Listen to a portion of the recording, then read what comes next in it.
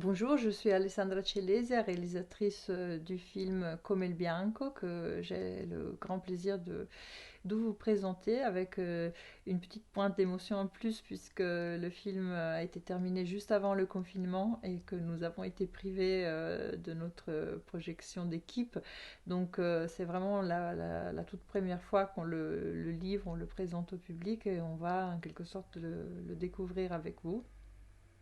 Euh, c'est un film qui est tourné à Naples, près du Vésuve, ou dans le Vésuve pour la plupart. C'est un film volcanique et magmatique où le volcan est vraiment au centre.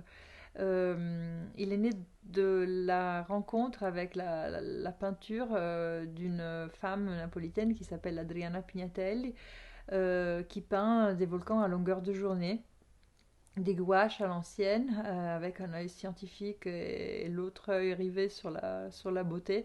Et son œuvre m'a beaucoup frappée. J'ai voulu la rencontrer lors de notre première rencontre.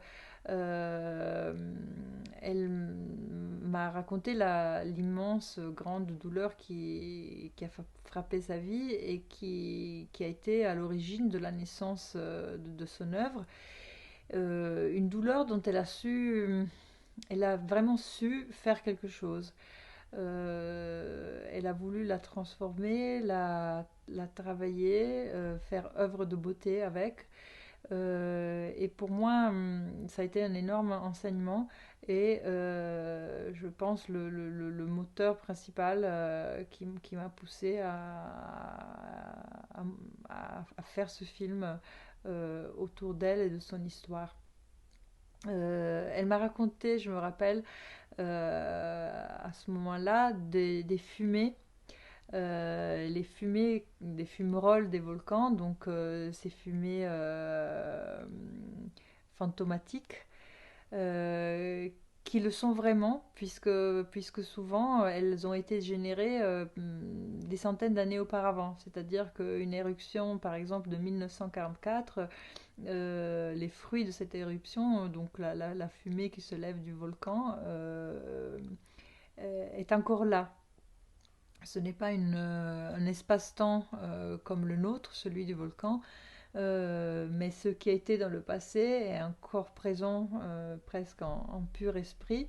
Le passé et le présent se compénètrent très fortement malgré l'énorme distance de temps qui les sépare.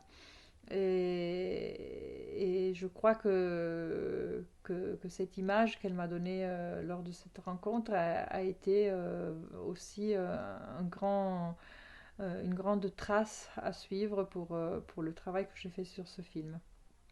Je profite pour remercier toute l'équipe, en particulier François Chambe, le chef-op qui m'accompagne maintenant depuis plusieurs projets, Nicolas Milto, le monteur, qui a aussi accompagné déjà deux de mes films, euh, Yolande Descarsin et Frédéric de Ravagnon donc au son, Carole Werner qui a monté le son de ces films dans des conditions très particulières et où elle a fait, je pense, plus une œuvre de spiritualité que tout simplement une œuvre sonore. Laure Artaud, la monteuse du son du film. Mes producteurs, mes anges gardiens, Kevin Rousseau et Emmanuel Koenig, qui ont été là du début à la fin, imperturbables.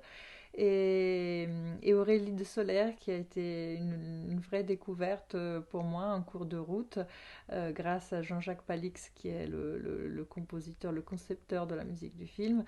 C'est une jeune chanteuse à laquelle on a carrément demandé de devenir la voix chantée du volcan, la voix chantée de la douleur et de la vie, et qui a su accomplir sa tâche avec beaucoup de grâce et beaucoup de beauté.